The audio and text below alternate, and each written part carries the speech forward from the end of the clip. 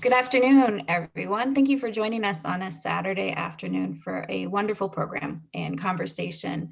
I just wanted to say hello to everyone. My name is Emily Dittman. I'm the Associate Director at the Syracuse University Art Museum, and we are really happy to have Evan Starling-Davis and Ivan Forde lead today's program for us.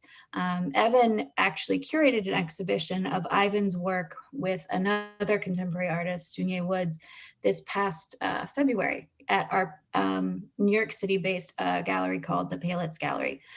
So this is a nice little jump off from their conversation that started with that exhibition. They did a public program for us in February, and we invited them back to continue that discussion and kind of talk to us today. So really happy to and excited for this talk, and I'm going to hand it over to Evan. Yeah, thank you, Emily. I would first like to thank SU Art Museum for inviting me here for this conversation. Vanya Malloy, Emily Dittman for welcoming me and Ivan today. That thanks extends to the Community Folk Arts Center and Tanisha Jackson, who was in collaboration with SU Art Museum and was the reason for me being able to put this really lovely exhibit together in New York City. So welcome to the conversation, everyone, and thank you for attending. And I would like to thank Ivan for showing up today. I've known him since undergrad. We didn't really talk much at SUNY Purchase where we attended school, but we became really good friends afterwards. So welcome, Ivan. And Sunye Woods, who wasn't able to make it today, but I just wanted to make sure that I thank her as well because her work and Ivan's work is kind of what influenced me really wanting to put this exhibit together. So yeah, so hi Ivan, how are you today? How's it going? I'm doing pretty well. I'm enjoying the fall weather. I went on a little hike earlier. It's pretty nice. So, nice. Yeah. So I'll start it off very generally right now. I was going through some of your old interviews over the last 3 years, and one of the quotes really stuck out to me. And the quote was, "I'm the kind of artist, or hope to be the kind, that doesn't punch out. I'm off the clock. It's the way to help me learn to live fully." And I thought that was a beautiful way to just approach art and being an artist. And I wanted to just pick your brain about what you meant by that, that statement. And when did you start considering yourself an artist in the broadest sense of the word? That's a really great question. And that I don't remember when I said that, but I think that sounds like an earlier kind of statement. So I'm guessing it was like maybe around 3 years ago. And I think, and I was actually thinking about this the other day. So it's quite like, in line. I think like my relationship to art, kind of came gradually as I was younger in high school. But I really think, my experience at Purchase and understanding what aspects literacy and literature and poetry, how important and how fundamental that is to visual art, and making that connection, that for me kind of brought everything together. And for me, that's when I really stepped into that call of creating art, and yeah, it was really that merger, and it was a part of a series of photographs, sort of self-portraits, based on the reading experience of Paradise Lost. And, thinking about literature, thinking about poetry, translating that into, sort of visual art realm in terms of an experience, that was the kind of chasm or canyon that really opened up all these possibilities for me. Yeah, it's really interesting. I'm glad you started to bring up literature and just that connection early. And I know from SUNY Purchase that you didn't study arts originally. What did you study at Purchase? I studied literature and epic poetry. And I guess my senior thesis was looking at Paradise Lost, thinking about not necessarily the narrative like as it's described, but more so placing an emphasis on the experience reading it. And it's around reader response theory, and really highlighting and really focalizing the reader experience to just sort of create something new, create a response to the poetry. And that was really my,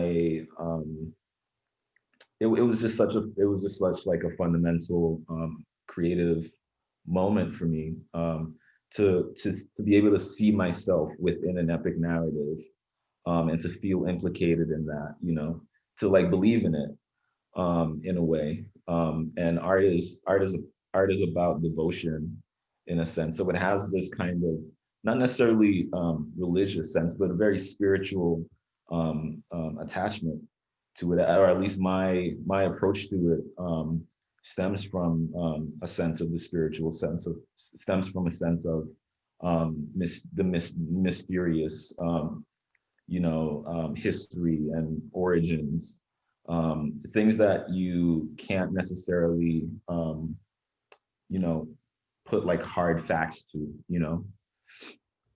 Yeah, thank you for that. That's going to lead right into this, but I kind of ahead of myself. I didn't introduce you properly, so I'm just going to read your bio right now, so everyone can kind of get a context of where you're coming from. Great, pretty. So using a wide variety of photo-based and printmaking processes, and more recently sound and performance, Ivan Forde retells stories from epic poetry, casting himself as every character in those works.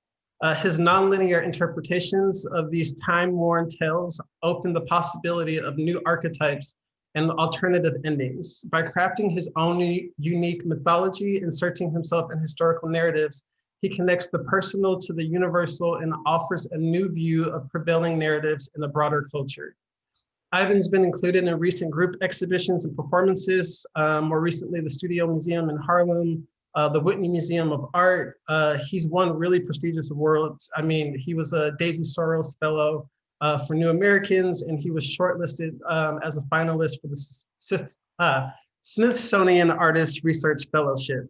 And that's not even like the tip of the iceberg. I think since I've put this biography like in the curation and the exhibit, he's gotten so many more awards. I think the day that we actually had the program at the Palettes Gallery in New York City, he was also getting another award that day as well. So he's really good at what he does, and I really appreciate like how you enter literature in like the historical narrative, which is going to segue with me into just giving you guys a PowerPoint of the actual exhibit. So I'm going to share my screen right now, so bear with me, everyone.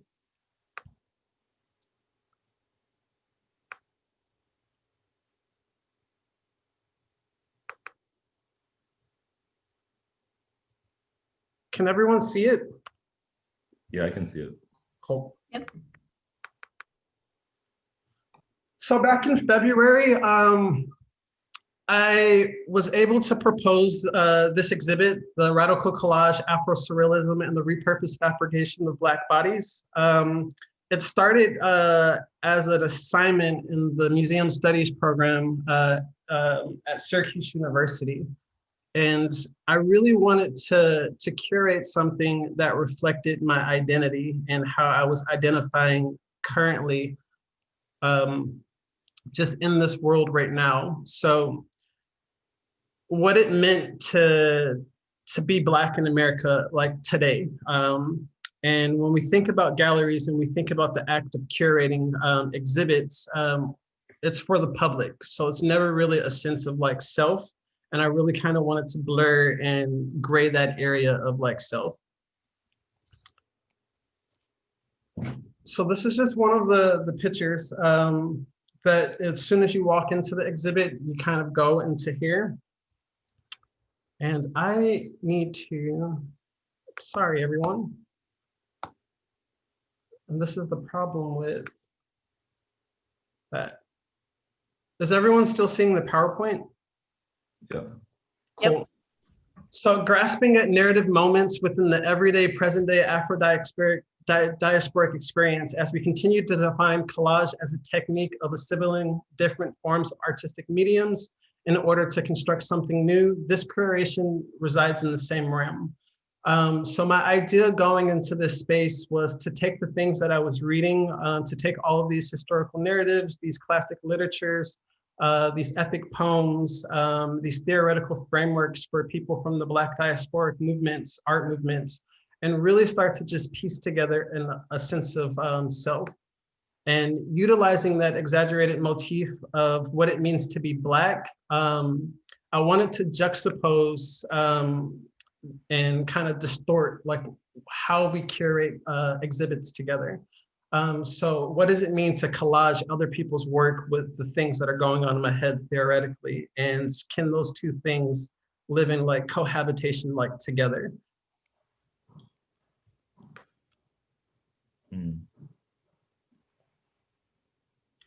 So I really wanted to make this an experience. So when you go into a gallery and you walk into that space, what is it that you feel when you step into that space? So I wanted to eliminate the selectiveness, the attentional control of images, and really come up with a theme. I wanted the people to get lost and to discover what it means to come from an Afro-surrealist lens.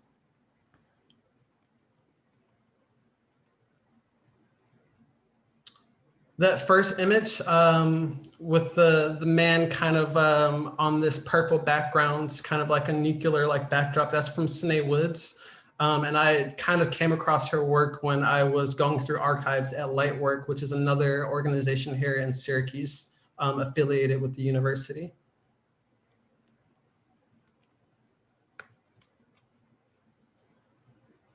Yeah, I really love those pieces. And if anyone wants to unmute or just ask questions throughout this thing, I really wanted to just make this a conversation as well. I get really nervous presenting, so I'm just gonna throw that out there right now. But yeah, just feel free to jump into the conversation whenever you feel the necessity to. But as a historical experience, the narrative that I was trying to create reinforced the space of a literacy lesson. So how do we draw parallels between the vastness of art and literature?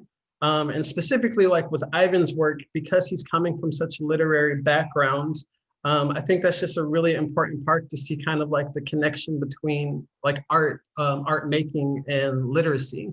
I don't think those two things can live without each other. When we dive more into historical past, it kind of informs the way that we move forward and we move into the future, but it also helps us to construct senses of self. And I felt that was probably the most critical point for me when I was conceptualizing this exhibit, is how has the histories that I haven't been exposed to, and when I was making this exhibit, I was reading people who I've never came across before, people like Suzanne Cesar and her husband, who were a part of the Niggatry movement that kind of like informed Afro-surrealism.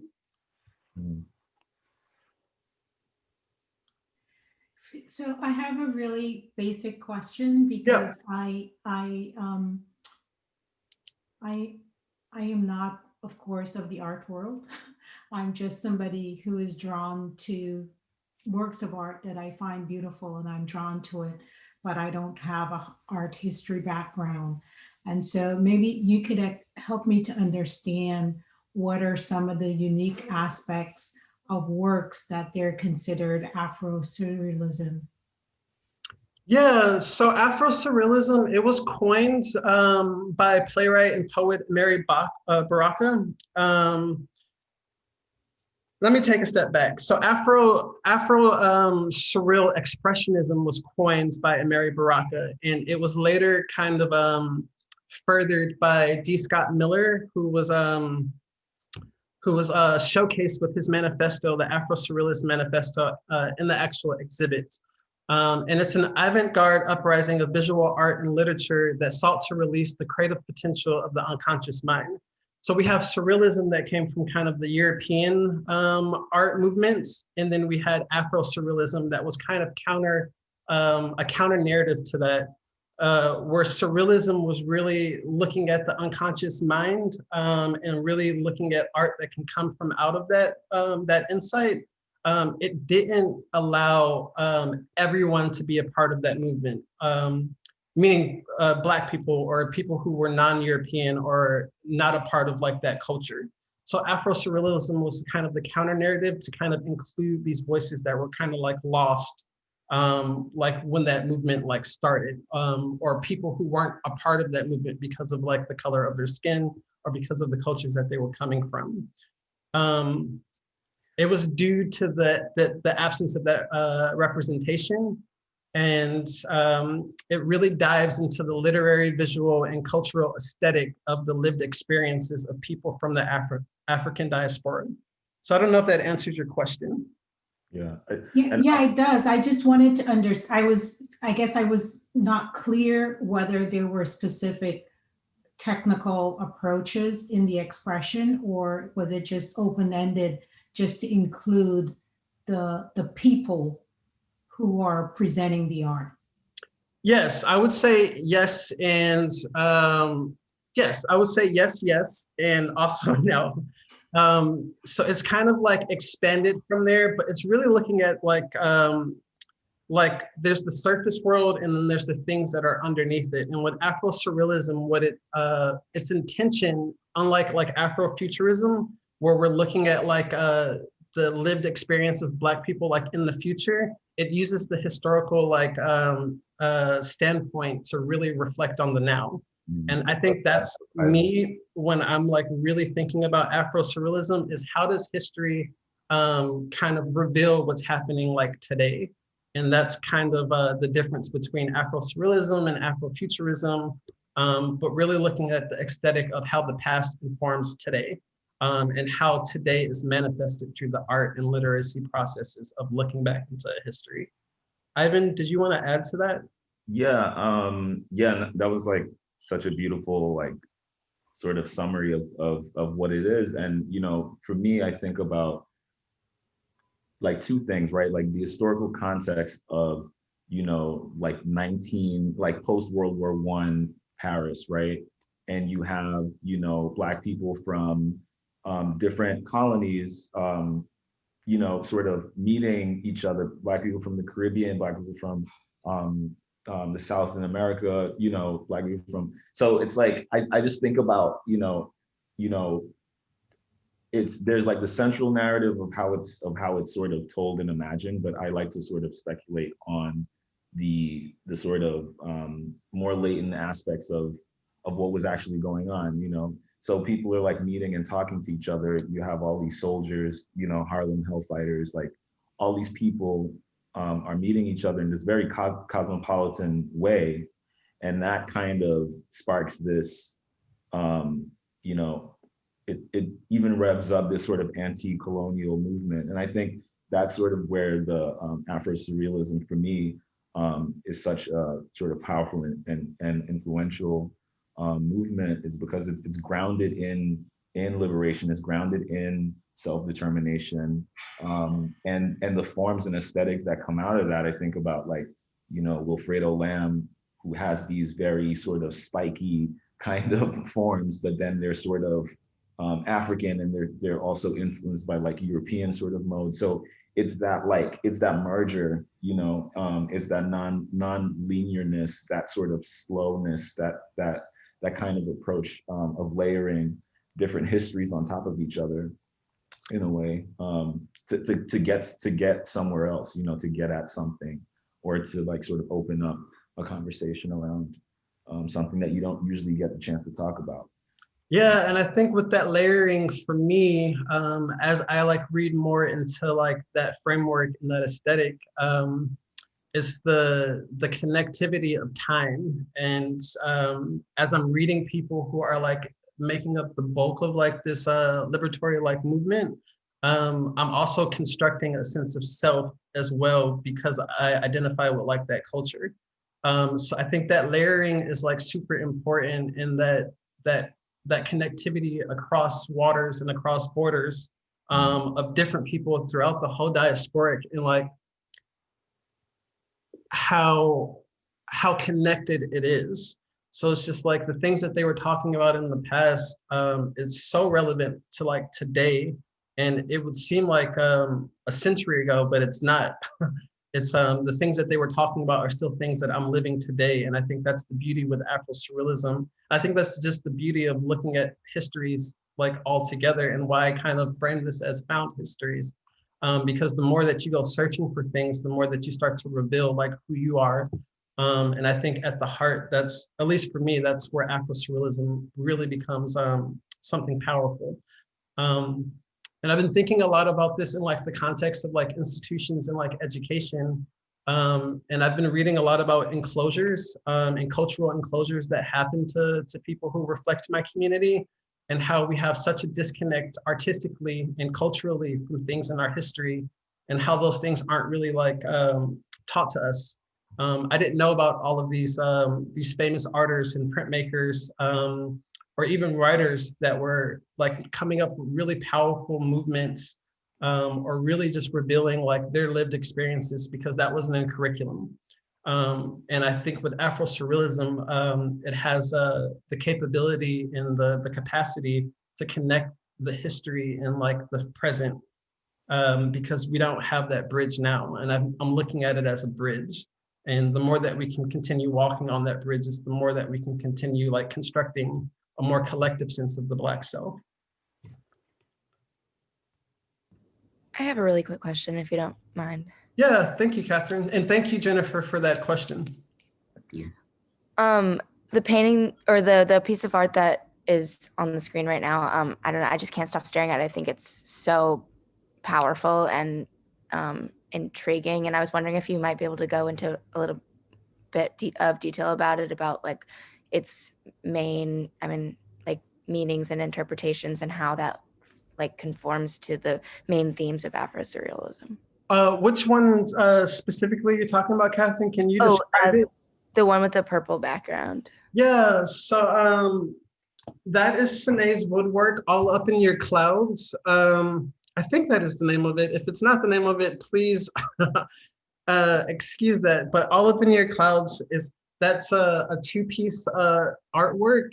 And I think what Sinead, when I was talking to her about that, she was really trying to blend nature and trauma together, and really try to do that through the focal lens of like collaging Black bodies like onto these things that have had such like impact.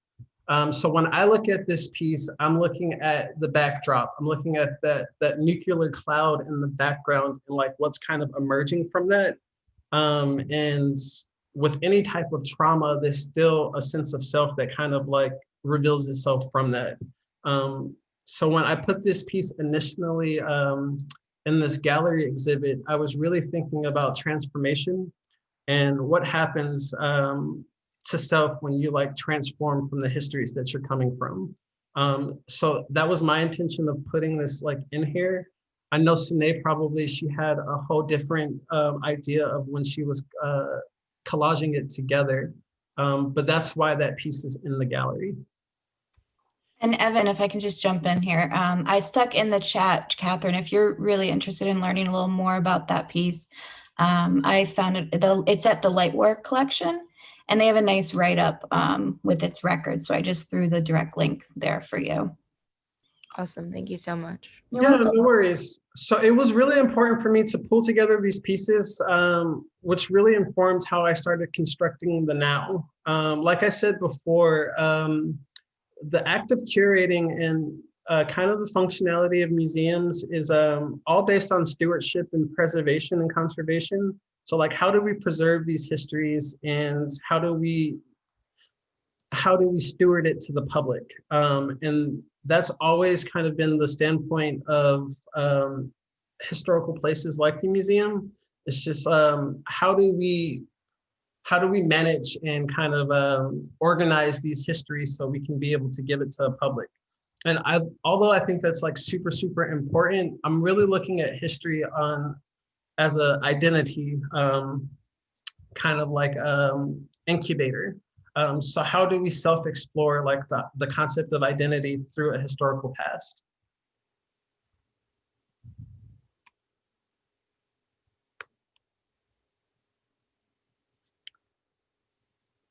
So I started to realize when I started to ask that question of identity, it was leading me towards like history.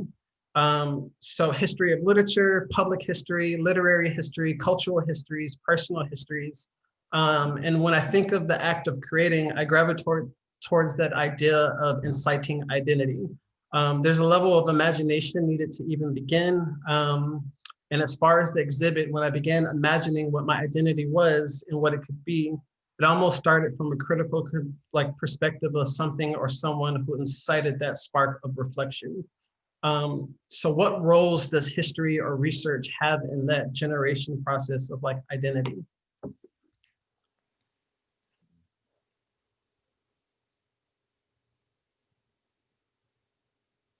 And Ivan's gonna go through some of the PowerPoint to talk about his work in relation to the exhibit.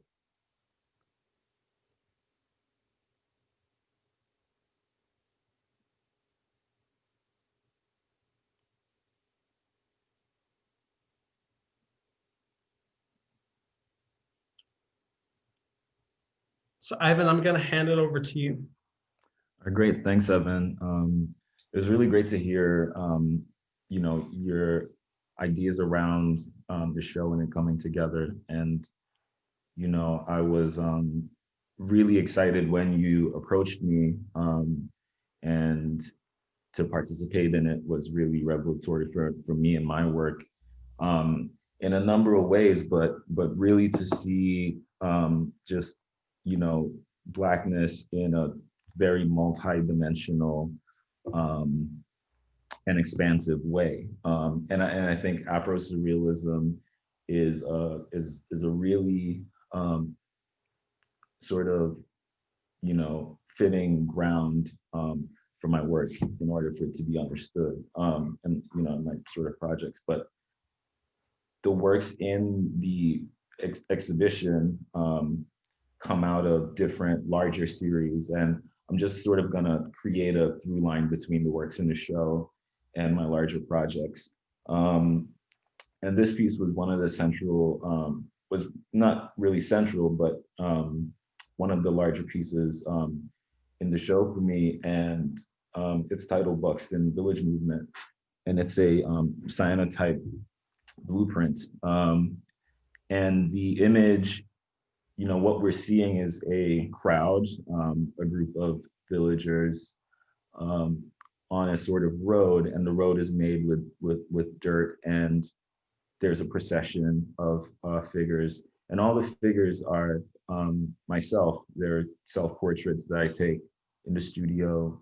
You know, I print on fabric and create costumes to wear, and I cut out these individual self-portraits and put them on this photosensitive, this light-sensitive paper, and that's exposed. And so it's a really sort of seamless way of collaging. It's not necessarily a cut and paste method, but it's more so a printing method. So it's sort of one seamless scene in a crowd. And but the story of Buxton, it's a village in Guyana, South America, on the sort of coast, and it's one of the earliest Black agrarian villages in that country. And this is the village where my grandmother is from. So I'm looking at maternal history. I'm looking at my own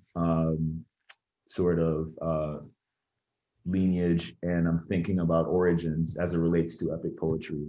And the story of this village being founded is that in post-emancipation in 1833, the British at the time created a law saying that no individual could buy land under a certain amount of acres for a certain amount of money. And it was essentially set up to prevent recently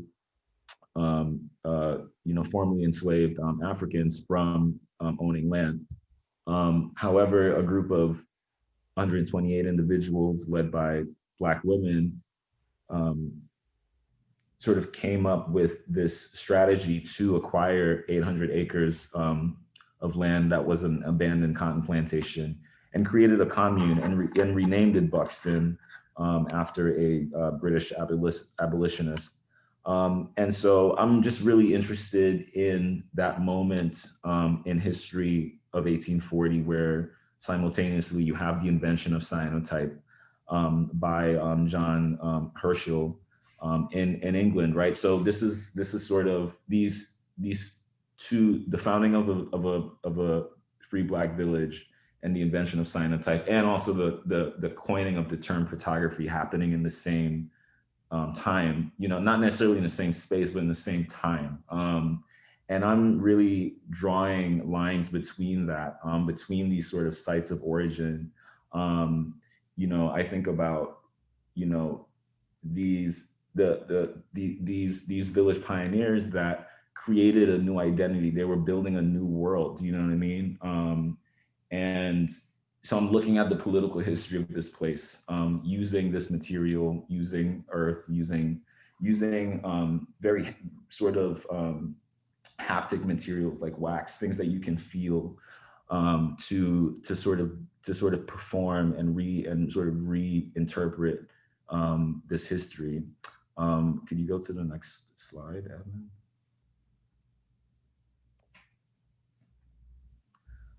But that larger piece came out of a group of drawings that I made using a sort of heat pen. And this was before I visited Buxton. So this was like sort of in anticipation of that first trip. And these were made with a heat pen to create this brown sort of burnt effect on the paper, and wax also. And these two materials, just sort of thinking about fire and thinking about light, cyanotype is exposed with ultraviolet light, and thinking about fire and heat as a part of that process. I kind of wanted to make some marks, and these were marks, sort of notations from books that I was reading at the time. This is from a notation of In the Wake by Christina Sharp. And I'm sort of thinking about I'm anticipating this sort of journey to homeland in a way, but I'm not from Buxton. Like, you know, people don't necessarily know me there. I'm like an outsider, but my family's from there. So it's like thinking about these relationships that we have to places that we're of, but not from, you know, and really trying to draw a narrative and how we relate to those places. And these were sculptures that I created sort of around the community. And I was looking, these are research images, and I was sort of looking at sites of accumulation, how things sort of accumulate and come together.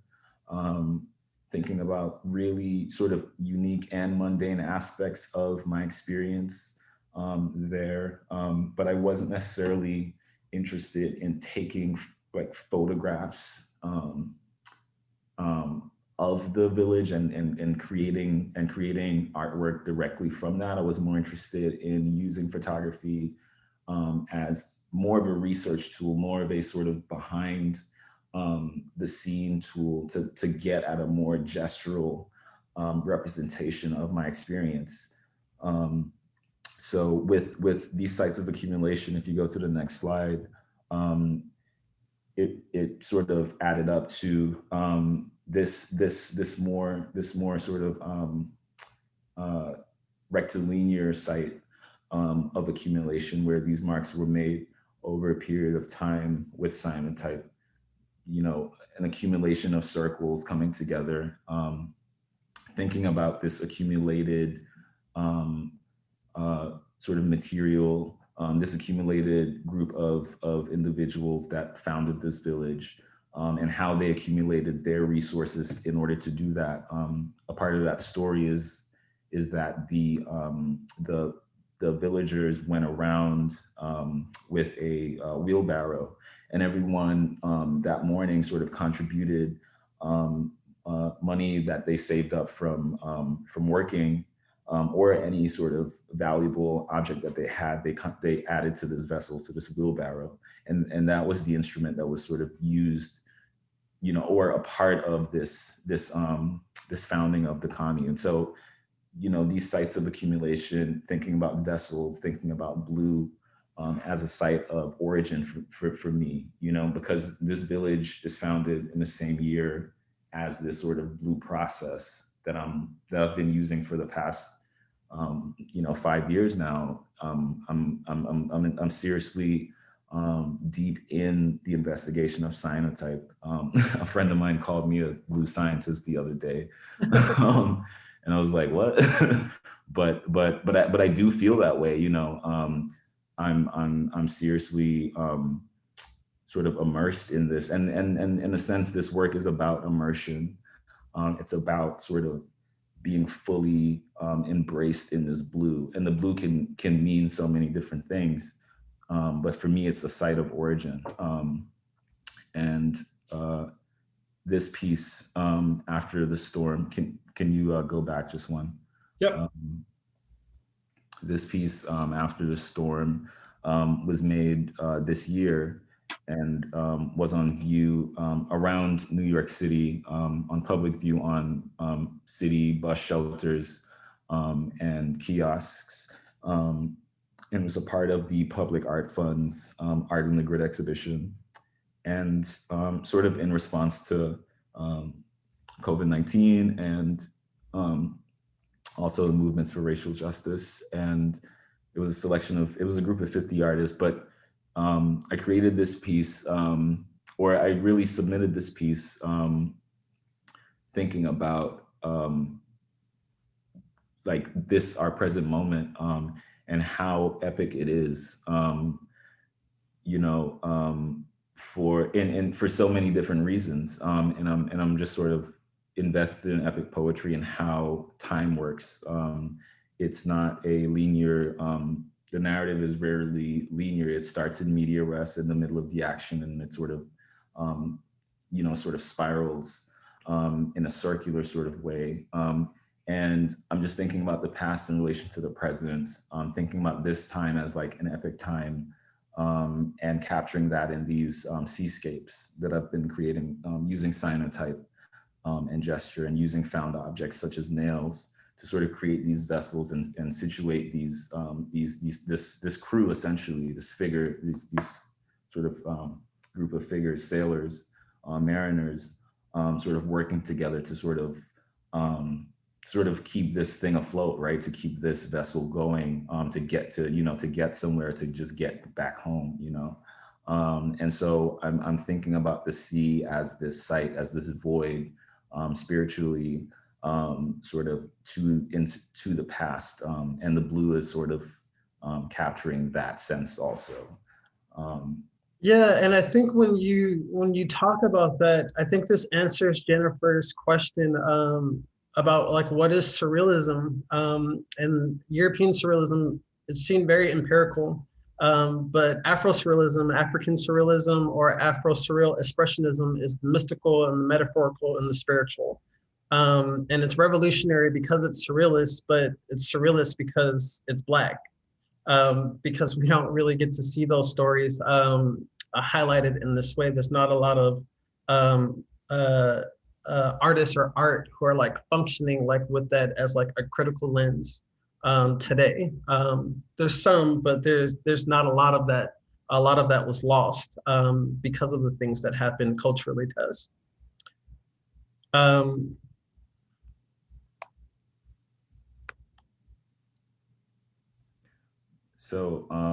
This piece, let me start off with this piece first, Ivan, because this is the piece that made me even want to make the exhibit.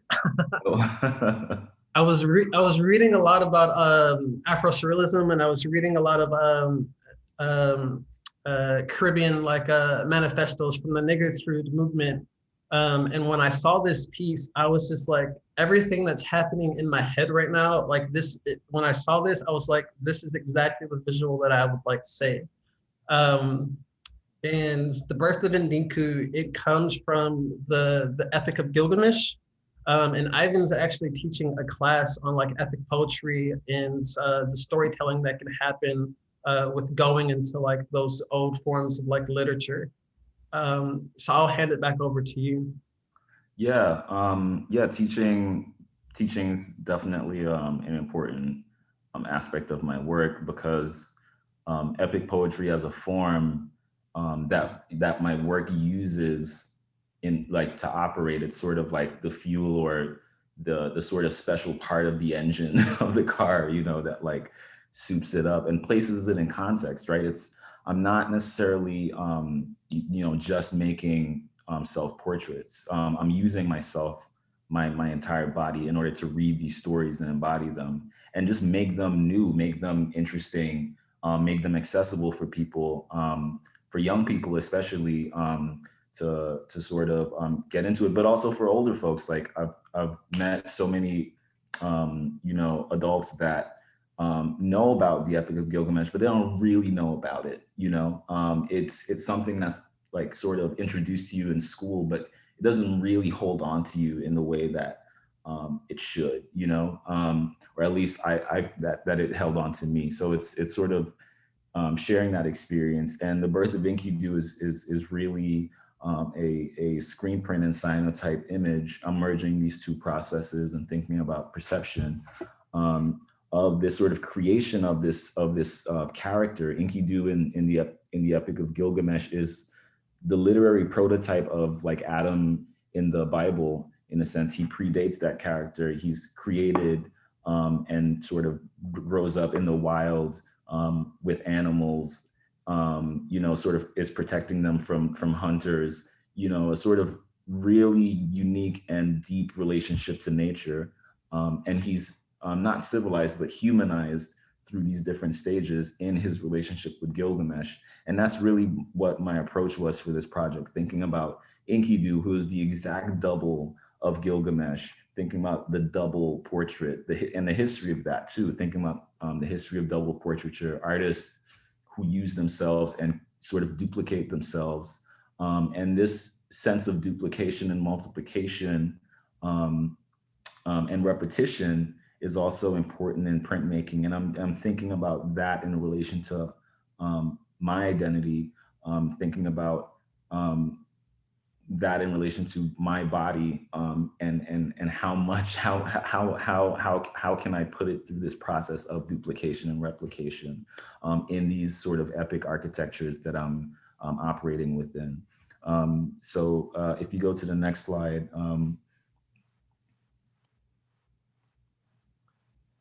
Wait, can you go back one?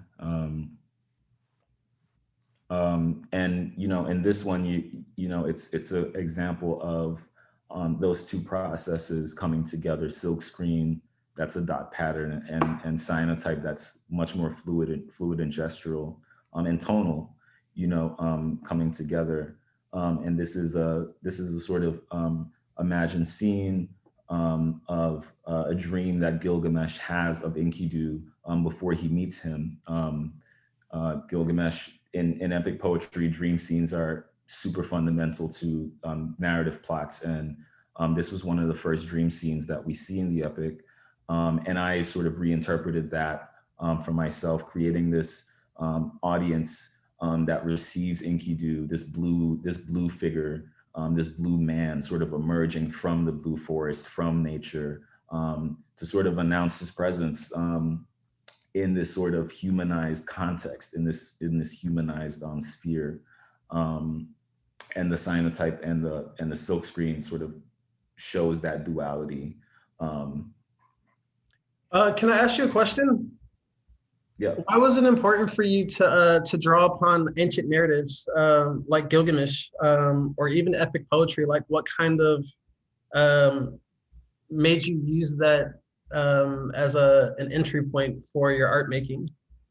I really liked the just the vastness of the scenes and how they're described, and also the context, right? The historical sort of context and significance of every action that's happening, even if it's mundane and regular. And thinking about, you know, photography and imagery, I always was drawn to more sort of dramatic kind of imagery, like this one, but you know, really sort of aesthetically clear and sharp, but really dramatic, and that's something that suggests a story. And thinking about, you know, my relationship to history as a Black person in the West, my relationship to origin, I think epic poetry was, and it continues to be, a very stimulating space for me to imagine, a past, for me to imagine a future, and for me to sort of learn how to tell my own story, how to own my own narrative. Looking at those structures helps me sort of organize, like it helps me organize my research in a way to really understand it better.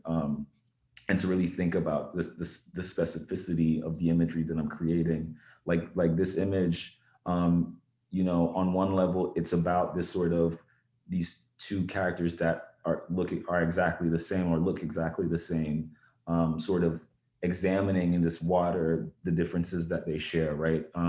Gilgamesh is the character that's in the more of the black silk screen, and Enkidu again is in blue, and they're sort of meeting at this pool, sort of examining their features together.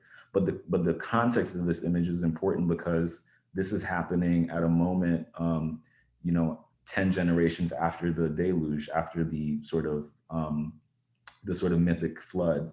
And it's this moment in human history in which humans are sort of reestablishing their relationship to water.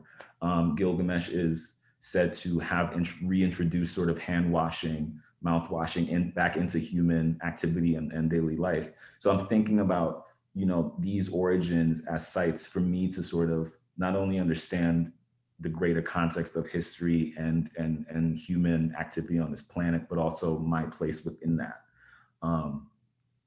and really focalizing that point of view.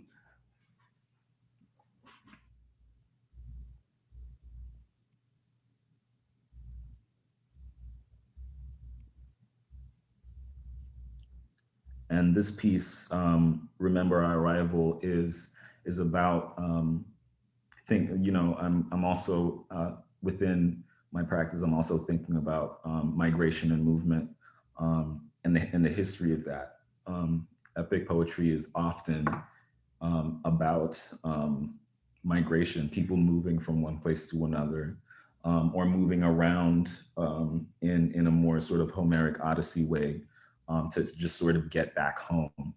And this image sort of speaks to that, and it takes its cue from a moment in the epic in which Gilgamesh and Enkidu travel to the cedar forest, which is a sacred place in terms of the cosmos that they're operating within, to chop down the trees and sort of you know, cross these boundaries and introduce sort of woodworking and furniture into human society. And this is this moment of them arriving at the sort of gate of the forest, which is this very mystical place that no one has been to before. And these figures are sort of unloading this, you know, sort of map, ship, mountain, boat structure, sort of coming off of this wave. And I'm really thinking about how landscape operates within the epic, but also how memory operates in that experience of migration, how homeland can sort of, or the image or perception of homeland can sort of change depending on where you move to. Yeah, so, you know, and it's cyanotype sort of, you know, making these, you know, single sort of huge gestures with the material.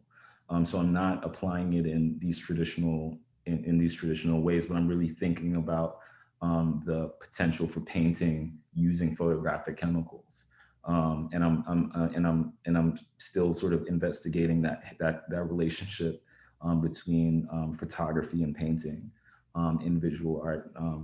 You know, thinking about these really open landscape sort of imagery that can hold large groups of characters sort of doing things together, or operating within a sort of continuous landscape. And this is a group of figures taking down the trees in the cedar forest. And you know, the Gilgamesh series you know, after being made, you know, and it's really transforming and into these collaborative musical and performative areas now. But, you know, working on it in the print form for between 3 and 4 years, thinking about this poem and its significance as like, you know, the earliest written poem on the planet, you know, so far. And that's the claim that it makes. Even, you know, in the first lines of the poem, it sort of declares its sort of reign almost within the history of literature. And it sort of just shows you how to be like just a human being, like how to feel what it's like. You know, it's a amazing and beautiful record of that. And that's why I'm really drawn to it, because it's a living story. It's constantly being added to and recovered. All these little fragments that have broken off from the narrative are constantly being reconstructed. So the story becomes fuller and fuller each passing year, really. Unlike other sort of epics like, you know, Dante's Inferno, like that's not going to change in the same way that Gilgamesh is constantly being added to and changing and being sort of reborn constantly throughout the ages. Yeah, I really love that last part that you're talking about, is how we make history more full and just like really understanding. And I think this is what Afro-surrealism does, is that it's not separate. Like history is not separate from now, and it's not separate from what's going to happen like tomorrow. Yeah. So like, you know, with the construction of identity, it's just like we're adding to that history and we're kind of continuing on to that legacy. Yeah, absolutely. You know, I think that's one of the claims of modernism, as I see it. The project of modernism sort of did this, or created this effect in which contemporary people see the ancient past as like over there, you know, completely irrelevant. You know, it's quote unquote pagan, or those things don't necessarily matter. But there is really no such, you know, separation. Those people are us. We're still sort of involved in this, you know, daily sort of act of looking around and figuring things out, you know, and eating and, you know, trying to create beautiful moments with each other and connecting. You know, it's really no different. The context and circumstances change, but there's a lot we can learn from the past. And there's always a look backward, you know, because it's all happening now, essentially. The past is now, the future is now. That's all we really have. Sun Ra. Yeah, yeah, totally. But I think that's the sort of that's the moment, or that's the space in which the surreal happens. Once you tap into that, you can really sort of turn things in really acute ways, just to see the undersides of how things are functioning and the connections that are already really there.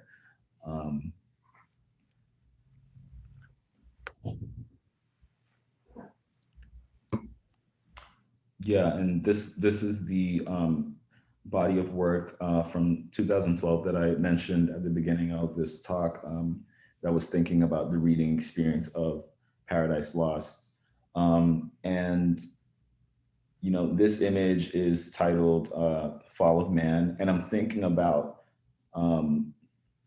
self-portraiture, but also I'm thinking about movement as it's sort of mirrored in the epic. It's based on a downward and upward movement, a ketabasis and an anabasis sort of movement down into hell, and then a sort of movement upward into heaven. That's just how the structure of the story works.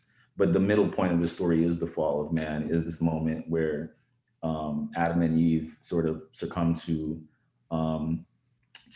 you know, sort of they perform that gesture that creates our quote unquote fallen state, according to Milton. And as a reader, that's really intense to deal with. So I'm just sort of thinking about these narrative moments, and I'm also seeing myself within them as both as the characters, but also as this character of the reader that has this sort of triple perspective between the present, the past, and the future narrative events, sort of connecting them and collapsing them into the present moment to really understand the consequences of the actions of the characters, right? And how they bear on the present, sort of how the past haunts the present in these ways.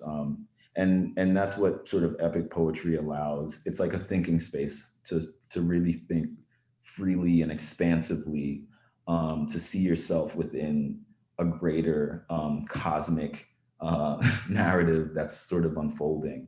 And I think that there's a lot of beauty in that. There's a lot of truth in that, you know, and there's a lot of power in that. And that's the tone and texture that I want my work, or the things that I make that reach that tone and texture that I consider my work, you know, to sort of enter this public conversation. Yeah, I love the parallels of just like how you talk about your art in context of like the historical perspective. It sounds like you're building it like how I would if I was like writing. My background's in theater making and filmmaking, so like the way that I construct stories is I have the hero archetype. I have like the internal conflicts. I have the beginning, middle, and the end. I have all of these functions of what makes a story. And that's not lost when you're going through like this artistic process. And I feel like the only way that you're able to construct art like a story is because you're looking at it through a historical sense.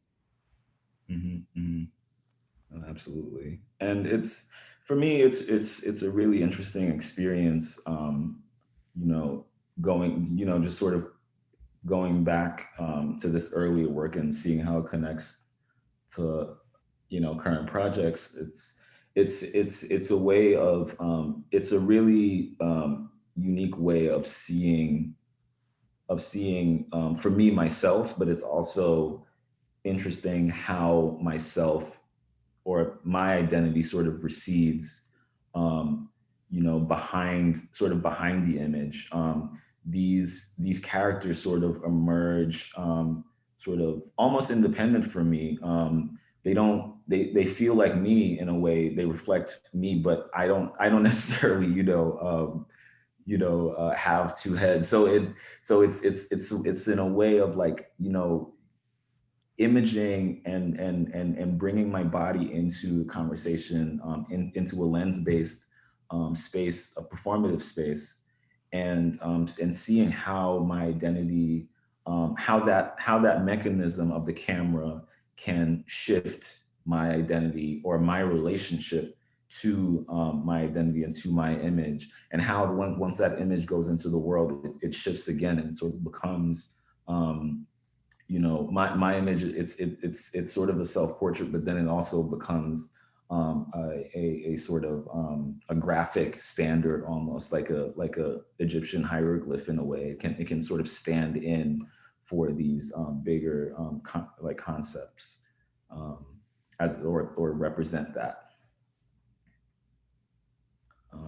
And this is a research image that I wanted to share. It's one piece of art that I just really love it, and it's so beautiful.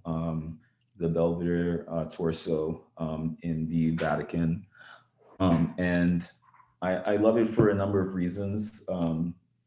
Not only for the form, but also for the brokenness and the fragmentation. And it's a site of research for me because I'm really interested in why, we love this idea of brokenness or just even fragmentation as it relates to the past and origins. And, you know, it's an ancient object that's sort of excavated and it's placed in this, you know, beautiful architecture. The Vatican is a really important place, you know, just if you go there, like it kind of tells you too much how important it is. But this is a really central piece to it.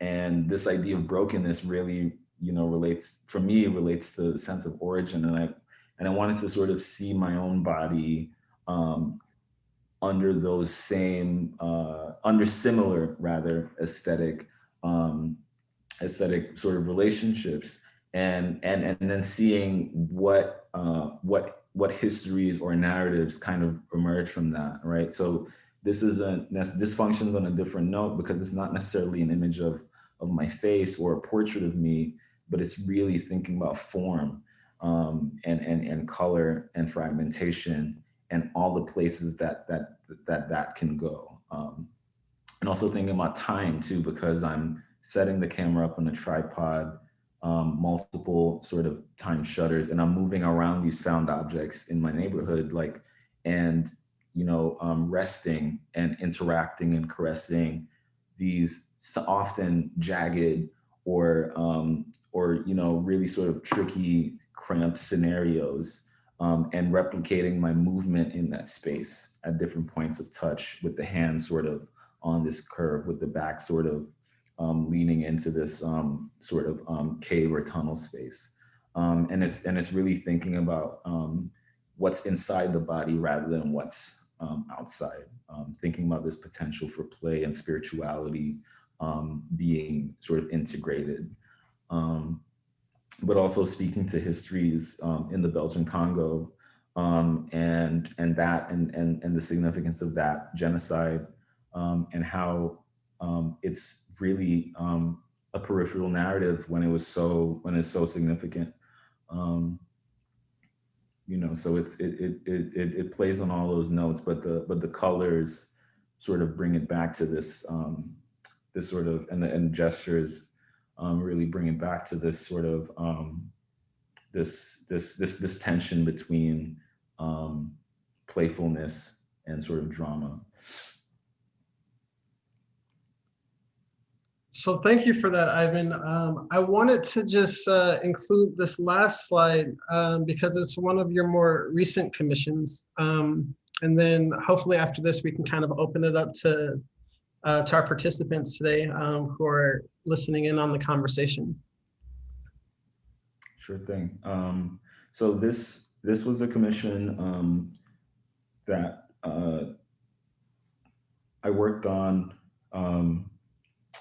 in 2019, and went on view in December. Time is so weird now in this present pandemic, but and I think we all feel that. But these two panels, they're a silkscreen on holographic vinyl, and when you move around them, the colors sort of shift and change, and things that appear sort of disappear. And I'll tell you why I sort of wanted that effect. And it comes out of experiments that I had with neurobiologists on memory and perception at the Zuckerman Institute over the course of like 8 months or so. And there was this one experience that I had working with a scientist, playing this sort of game, if you will, where I had to, my eyes were being tracked to sort of spot a white dot in the middle of a large black screen, and I couldn't move or shift my vision away from that dot, or else the game would start over. And I would sort of see a flash of like a purple line and a green line appear on the sides of the screen at different angles, and I would have to redraw where those angles would have been without looking at them. So it's sort of mapping my peripheral vision. And one thing that the scientist said was that sometimes things are sharper on the periphery because the eye is curved, and light can enter a curved space much more acutely on that angle. And I was thinking about sort of like peripheral narratives, or sort of peripheral spaces rather, as they relate to sort of like, centralized sort of history, like the big H history, sort of, and how that relates to perception. And so this piece really plays on that experience of what you see depending on where you are in relation to the piece. And I think in a way that reflects historical narratives quite well. It's like, you know, some people only have a sideline view of something, and everyone's perception and point and vantage point can sort of add to this sense of truth, you know, versus fiction, and things. Yeah, I think that's a perfect way to kind of just wrap this up, or not even wrap it up, or just kind of continue on just that aspect of found histories. It's just there are different vantage points. Like history, much like art, is subjective. So what I see is going to be completely different from what you see, or even what we read, and how we interpret that. And I think that's the beauty of found histories and storytelling, is that we can have that entry point, but we can have different vantages from that entry point. So yeah, thank you so much, Ivan. It's very, very informative. I would like to open this up to anyone who has questions.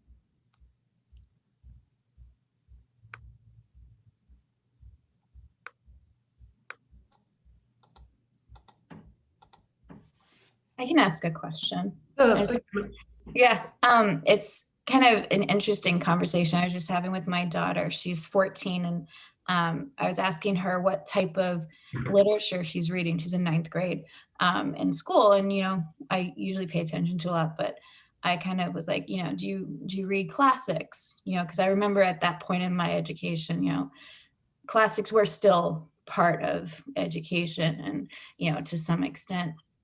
And they really are focusing much more on contemporary literature in curriculum these days in K through 12. And I was curious, both two kind of questions, like how you got interested in so much of the classics and how that affects your artwork and your storytelling, and how you might think not showcasing or teaching the classics might affect future generations, if that makes sense. Yeah, I'll answer your questions like backwards. I think like the classics are super important because in a sense they allow, especially, you know, for young people, they allow you to understand and value your life, like literally your life and your experience of being human in relation to other humans. Beyond you know, the immediate, you know, family and friends, but ancestors, different, you know, civilizations, historical figures. It's really important to know these things because they allow us to appreciate the present and allow us to see that we have agency in creating our present environment. You know, we don't have to necessarily take what, you know, the structures that are there already, but build on them and be a part of this project that we're doing and really navigate it. You know, we have that agency. And for me, I think, you know, it was an interesting, my relationship with poetry is interesting because like, and I think it's also very typical. It's like when I was a teenager, I didn't see any sort of mark or trace of who I was or who I thought I was in poetry. That just wasn't a space for me to go. But at some point along the way, I wanted to, I enjoyed reading aloud, and I wanted to sort of be better at that skill. And that's not necessarily like clear to me like why, but I just knew that that was something I enjoyed. And epic poetry, that's the way it's that's the way it's formally read. It's read together. It's not a part of the normal activity of reading in which, you know, we read it alone. We sort of think about it, but you have to sort of say the words out loud for people to hear and enunciate them and perform it in a way. And it's this sort of small communal act of coming together over this sort of collective memory, if you will. I think it's really important, but it's also the space of the classics. They have very little. They occupy very little space in arts education. You know, thinking about like undergrads the school I teach, the class I offer is kind of unique in that it's not so focused on art processes, because they're pretty sophisticated already. It's more so focused on content. And for me, going through art school also, that was something that was lacking, like that emphasis on literature and reading and in art and in the understanding of art and also making of it. Yeah, and I'll just add to that. Me and Ivan talked yesterday kind of about that connectivity between like art and literature and how it's important if you're not reading as an artist or as anyone who's trying to create and put that out into the world, you have a very skewed view of what it means to make art, because you're only looking at it from like a technical sense. So the act of literacy and the act of diving into literature and historical literature and found literature and the classics is giving you more depth in your critical perspectives and theoretical frameworks of that. So it only adds to it the more that you read about that. Also kind of want to be just a parent of like how we identify classics too, because a large like Afro-surrealism is the counter narrative to like surrealism because of that lack of transparency. Is like the classics that are always taught to us in schools are only from a Eurocentric like view. So what are the other classics that are out there, or how can we kind of like reshape or reinterpret or critically just distort? Like Afro-surrealism is about the distortion of classics or the distortion of history to create something new. So also just keeping that in mind as well. Yeah, yeah, and I also think like it's sort of, it really excites me when, two things sort of come in contact that on the surface have no relationship to each other. And I think that's a part of the logic of Afro-surrealism and collage also. You can experience that materially, but then also for me, it's like, thinking about the Epic of Gilgamesh and where I'm coming from as a person or my culture even, those two things don't necessarily have anything in common on the surface. Like Gilgamesh happening in ancient, Iraq, in the Middle East on the Euphrates, has very little connection to like, New York City, and like, you know what I mean? But I think it's really interesting to think about those things coming into contact, and also sort of like being the sort of mediator between these times, right? Or between these different sort of points in time, and to think about how the past haunts in a way or informs this present moment. And also to make it just accessible and mesmerizing and beautiful and fun and sophisticated and complex for contemporary people and readers. Gilgamesh is the oldest epic on Earth, but it's often sort of given like a tiny little 2 sentences in the like big book on like literature, and then we go straight to Homer, right? But Homer is someone that read the Epic of Gilgamesh, like he would have, or they would have read this this story. Is insanely popular, and it pops up at different points in time, and it was lost for 2,000 years, and it was rediscovered in the 1870s. And it's sort of being pieced back together like over and over and over, constantly, and that's what's so exciting about this story in particular, is because it's living. It's not like Homer's Odyssey, which is like a closed sort of book. It's perfect, or Dante's Inferno. Like it's a beautiful masterwork. It's done. That's it. There's nothing else. You can't top that. But Gilgamesh, the Epic of Gilgamesh, is sort of like broken and fragmented, and it's sort of like these sculptures, like it's lost an arm and like maybe like a leg and a torso, but it's being like built back and put back together, and I kind of want to be a part of that sort of like excavation team or rebuilding team, to really see the oldest story in a new way, because I think this present time has epic proportions and like equivalences. So Yeah, I mean, that's really interesting because like in our collection at the art museum, we have like, for instance, illustrations of the Odyssey, or, you know, artists who have illustrated it, but very much like it's the classical viewpoint, the very Eurocentric viewpoint from the literature side. It's also the Eurocentric viewpoint from the artist as well, you know. So having artists like you who are really, you know, rewriting that or reinterpreting the history and taking the words and showing, you know, representing all forms of thoughts. It's a really interesting ways for everybody to dissect it, and hopefully it'll then go into the schools. And, you know, from this point on, be able to teach all types of classics and rediscover all types.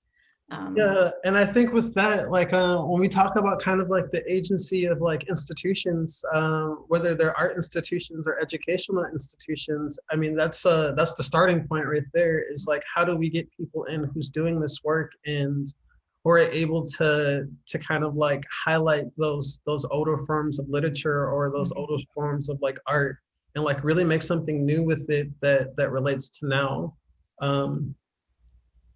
Yeah, that's why I appreciate Ivan's work so much. It's just like, you know, the Epic of Gilgamesh, like I read those 2 sentences back in undergrad, and it's really amazing to see how you can come up with series that come after it, because it challenges us now to really interpret.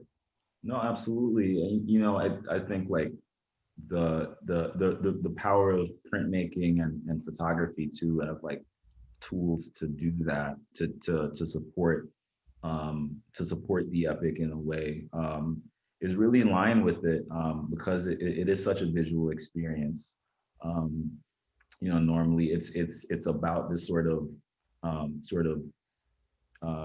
not necessarily inspiration in the sense of like being inspired, but you know, something sort of being in contact with something and really developing a deep relationship with the story, because it's usually long and drawn out. There's boring parts, there's like action part, you know, and it's like, it's that process, and you really see yourself grow through it. It's really amazing. And you know, beyond the work, sort of engaging with epic poetry and thinking about, you know, past works and stuff like that. Me as an artist, I'm really owning my in a sense duty, in a sense, and my devotion in creating new epics. I'm owning that. Like I've done the work, I've done the research of going back and uncovering and celebrating and honoring. But I think now is a moment to use those structures and to integrate them into the logic of visual art, and installation sort of experiences, you know, to create these new epics, and to add to the, you know, sort of long listed catalogs of what it means to be human, or what it, you know, or what it could mean, or just how meaningful it is, you know. So yeah. Thank you, Jennifer, for that chat. It was very nice to have you today. If we have time for one question, Ivan, first of all, I want to thank both of you for this wonderful talk. This is Vanya speaking. And I just had a question, because Ivan, you mentioned a few times that we live in, you know, such epic times right now. And I certainly agree with that. And I am starting to feel like a parallel from surrealism as it happened in the, you know, 20s and 30s and 40s. And now, because one of the big shifts that happened was a revolution in science, right? Einstein's theory of relativity, technology, lens design, all of this opened up new ways of seeing the world around us, of rethinking our role in the world, of rethinking our connection with one another. And that certainly has happened too with what's going on right now, right? Like even at the moment with this pandemic and our, hope of a vaccine that's coming through science, and even genetics showing our interconnectedness with one another. There's so many revolutions that have happened in science in our lifetimes. And it shifted also the way we think of big concepts like time, and how time connects us. So I know, Ivan, you already mentioned that you already had a collaboration with a scientist that influenced the last work you showed us. And I'm just wondering, I'd love to hear more of your thoughts about what is the role of science and how you approach your work and think about it. Yeah, I think a scientific methodology is really helpful in organizing research in the studio, because things in the studio, things can be either very haphazard and results can happen there, or very sort of measured and detailed and systematic. And it's this I love this sort of open-endedness, though, that art can bring to science, right? These open-ended questions that aren't necessarily about an end results, but more so opening up a conversation and a moment to collectively imagine. And speaking to scientists and the amazing things that are happening in neuroscience right now, and the research that's coming out around how trauma, for example, is genetic and is inherited, how memory travels through down through genes, through generations. These are really amazing things that there was no grounds to necessarily believe before, but in the past 5 years or so, these things have been proven, and it's a whole new field, thinking also about mental health and therapy, how on the surface that is now, and the language around it that's developed for people to basically express their needs, and for their needs to be understood in different ways, and not be necessarily dismissed anymore. So I think science is really informing, and has always really informed how people connect and relate to each other. And I think the place that science has right now is still also functions narratively and like poetically, because some people can dispute it and say, oh, it's not real, or it's not true, right? When science is fundamentally founded on truth. So it's interesting in this time how poetry and the poetic sort of wraps itself around this moment, in which even science can be this place of contestation, which is really remarkable, and not remarkable in a positive sense. Really, it's just like, but yeah, but on a more positive note, I think it's really revealing in areas of mental health, especially right now. I love that response. And I think you've given me a lot to think about too, with trauma and memory being something that could be passed on. I'd love to read more about that, but that's just opens up a whole new ways of thinking about things for me. Yeah, absolutely. Thank you. We still have some time for a few more questions if anyone wanted to jump in.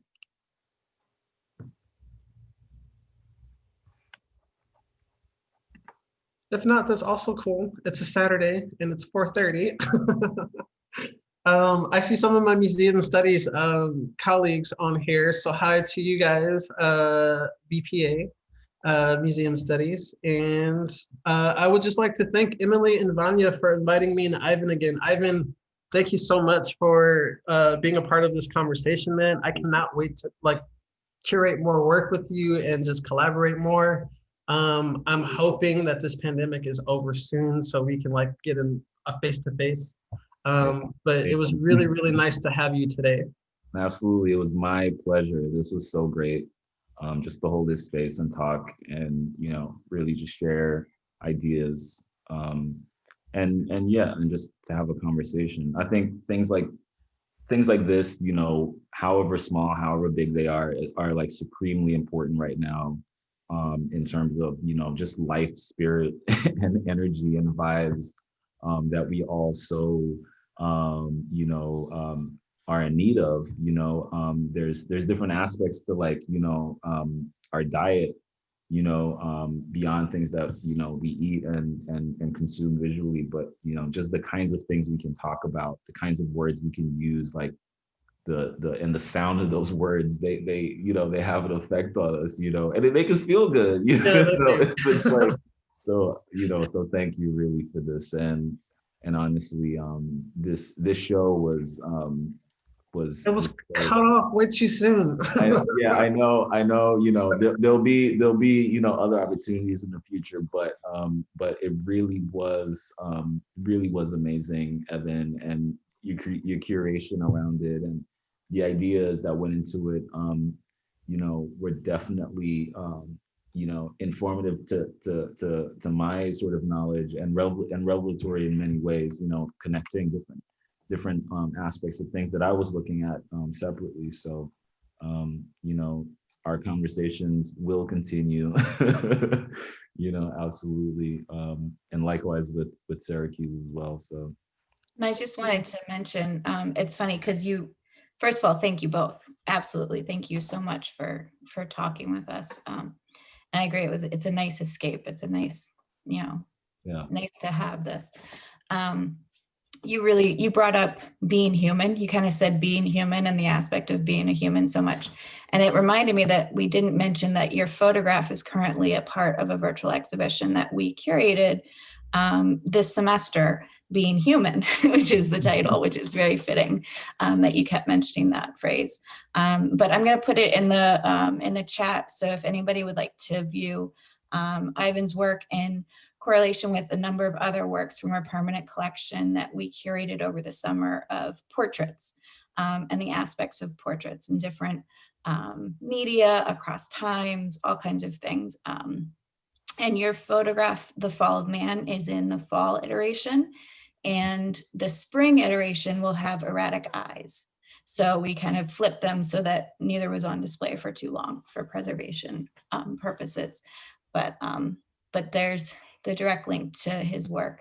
And those were two works that were in the exhibition that unfortunately got cut short in New York City. So if you're in the Syracuse area in the spring and we're able to reopen, you could potentially see them in person. Thank you. And this conversation was recorded for anyone who wants to double back and kind of like listen in on it. And if you wanted to get in contact with me or Ivan, just send an email to Syracuse University's Art Museum and they can appropriately connect all of us together. So thank you again, everyone, for coming out today. Enjoy the rest of the twilight that we have before the sun goes down. And yeah, it was really, really nice to see you all. Thank you again, Ivan. Thank you. Bye, everyone. Take care. Stay safe.